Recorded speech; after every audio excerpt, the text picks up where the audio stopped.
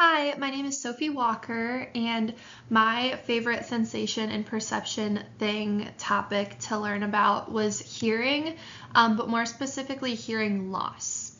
Um, so, this is my favorite topic because my aunt has been deaf since she was little.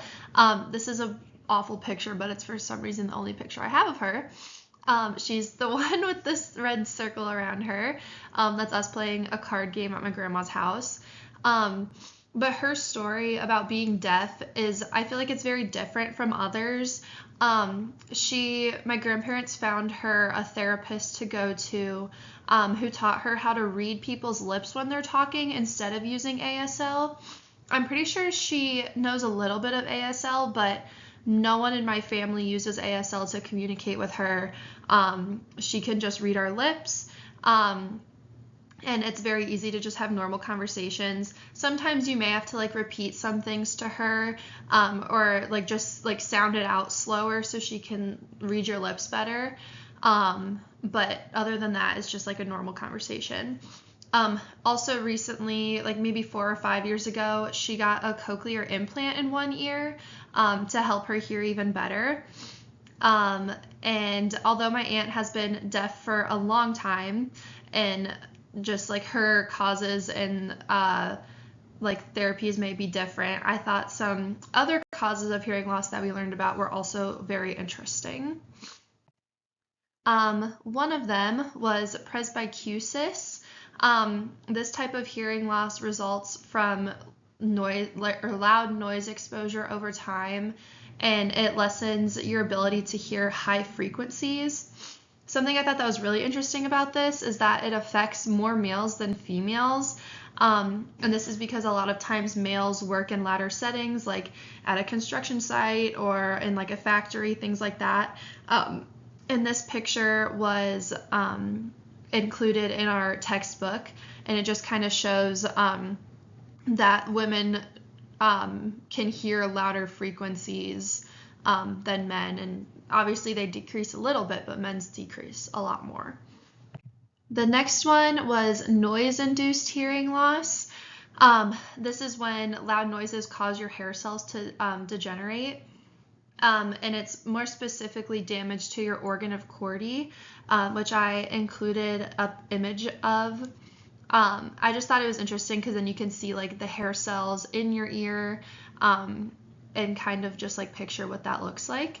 The OSHA mandates that workers should not be exposed to sound levels above 85 decibels during an 8-hour shift. That's just their requirement so people aren't experiencing hearing loss when they're at work. Another thing I thought was interesting is leisure noise, which is kind of related to noise-induced hearing loss. This is just any activities you enjoy that involve high noise levels, like music, working in a wood shop, things like that, that can cause hearing loss if you're around it for a super amount of time. And then I thought these examples were interesting to think about the loud noises that we experience on a day-to-day life. During 3 hours of a hockey game, you can experience up to 90 decibels of noise, which is kind of a lot. And then your smartphones can actually reach 100 decibels, which I didn't think my phone could get that loud, but I guess it can.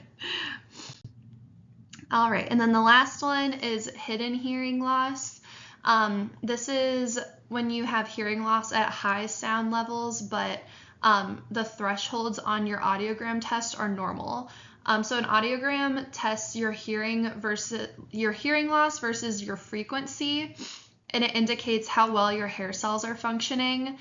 But it's also important that your auditory nerve fibers, for them to be intact, because your hair cells can return to normal after a few weeks after a loud noise exposure, but your auditory nerves never recover, and you can't see the status of your auditory nerve fibers from an audiogram, only the hair cells.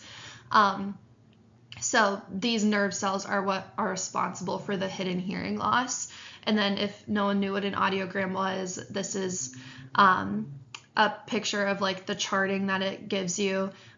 If you were in like grade school and you had to go take a hearing test, this was most likely the type of hearing test that you had to take, just to make sure that you were still hearing things right and can like focus in class. But yeah, this was what I was most interested in learning about this year, and I hope you enjoyed.